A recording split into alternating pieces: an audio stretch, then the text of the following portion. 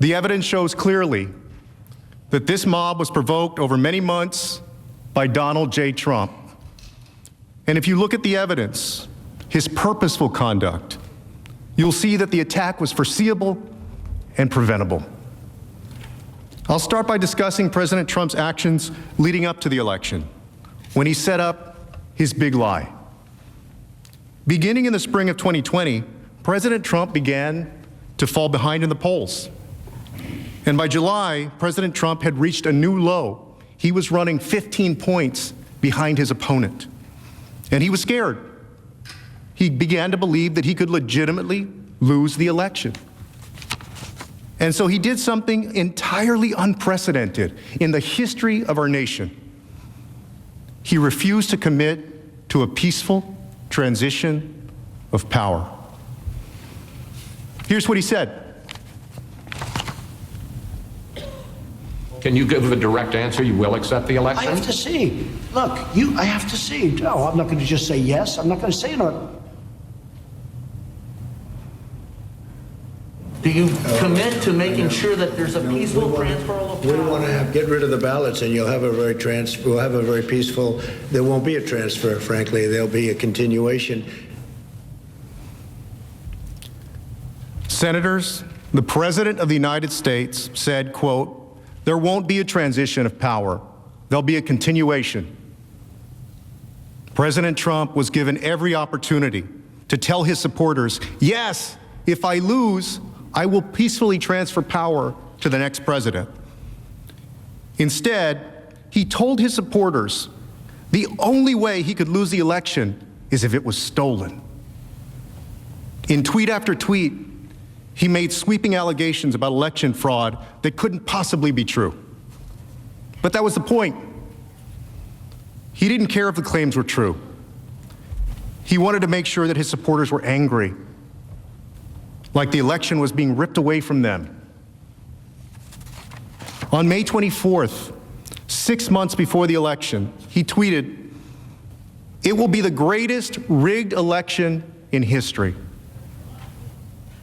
How could he possibly know it would be the greatest rigged election in history 6 months before the election happened? And on June 22nd, more of the same. Rigged 2020 election. It will be the scandal of our times. Again, about an election that had not even happened. On July 30th, 2020 will be the most inaccurate and fraudulent election in history.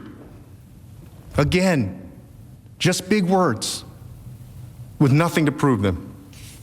But he wanted to make his supporters believe that an election victory would be stolen from him and from them. And this was to rile up his base, to make them angry. Now, these were just a few of the many times President Trump tweeted about this. And he did it in speeches, in rallies, and in television, too. This is going to be the greatest election disaster in history. Because the only way we're going to lose this election is if the election is rigged. Remember that. The only way they can take this election away from us is if this is a rigged election. We're going to win this election. That's right. It's a rigged election. It's the only way we're going to lose. But this will be one of the greatest most fraudulent elections ever.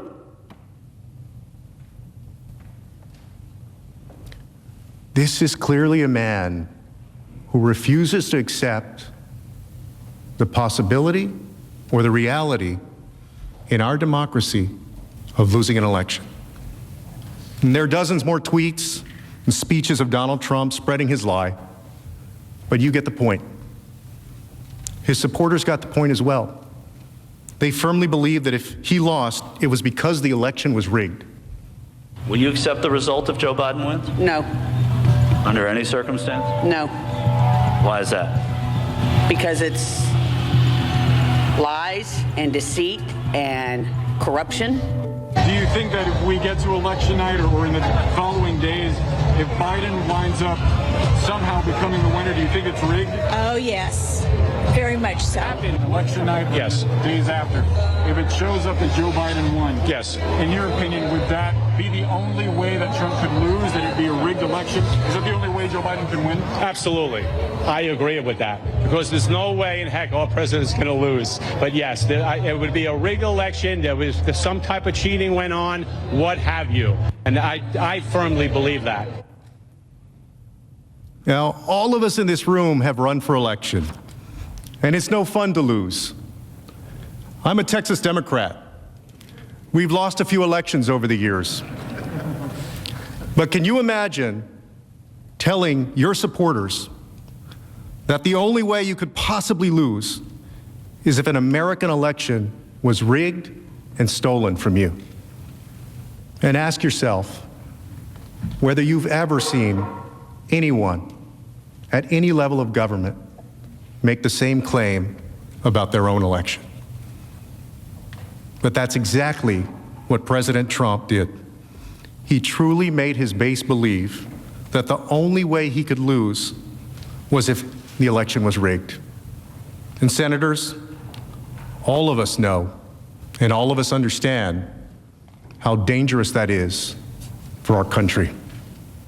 Because the most combustible thing you can do in a democracy is convince people that an election doesn't count, that their voice and their vote don't count, and that it's all been stolen, especially if what you're saying are lies.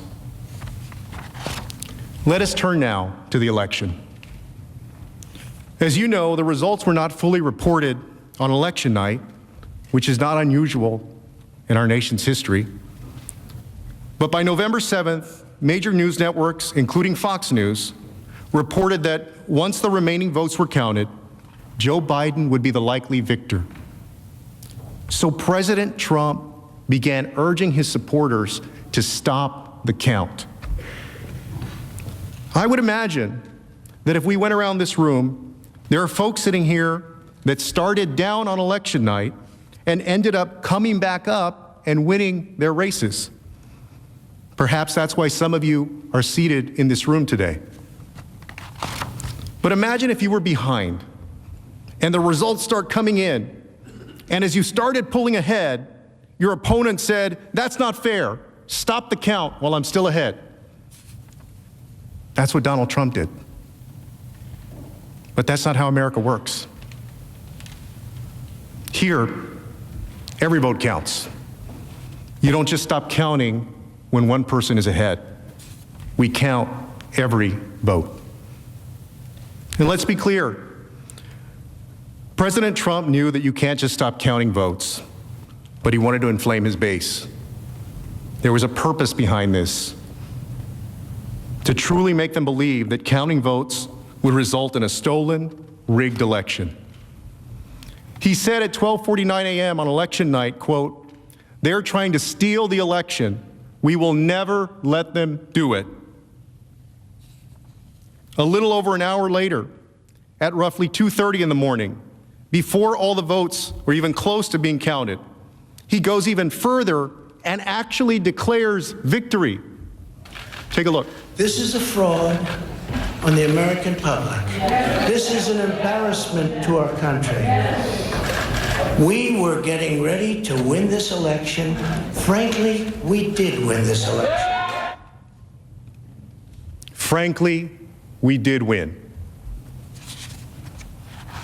Rather than calmly saying, "Let's count the votes. If there's legal issues, we'll go to court and we'll resolve them."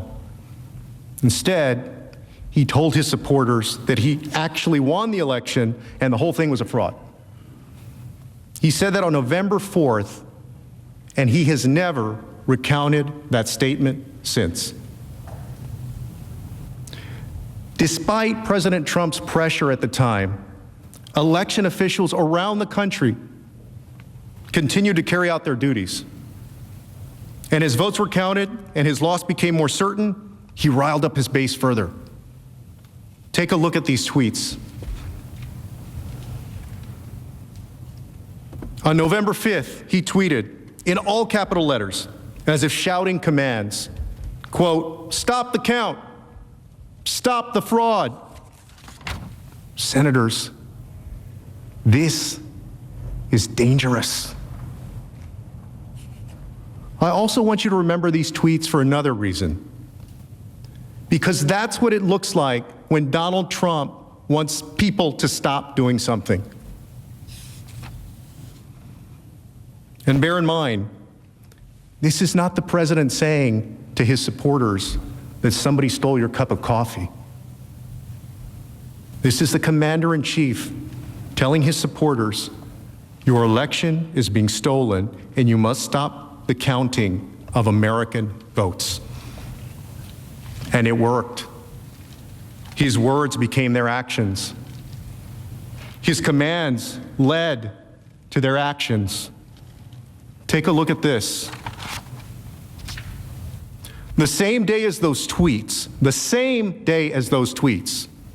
around 100 Trump supporters showed up in front of the Maricopa County Election Center in Phoenix, some of them carrying rifles, literally trying to intimidate officials to stop the count, just as President Trump had commanded. Arizona Secretary of State Katie Hobbs said that protesters were, quote, causing delay and disruption and preventing those employees from doing their job. Let's call this what it was. We're facing a global pandemic. Workers were risking their health to ensure the integrity of our elections. And President Trump's supporters were encircling them, trying to prevent them from doing their own jobs. This was dangerous, it was scary, and it was a blatant act of political intimidation.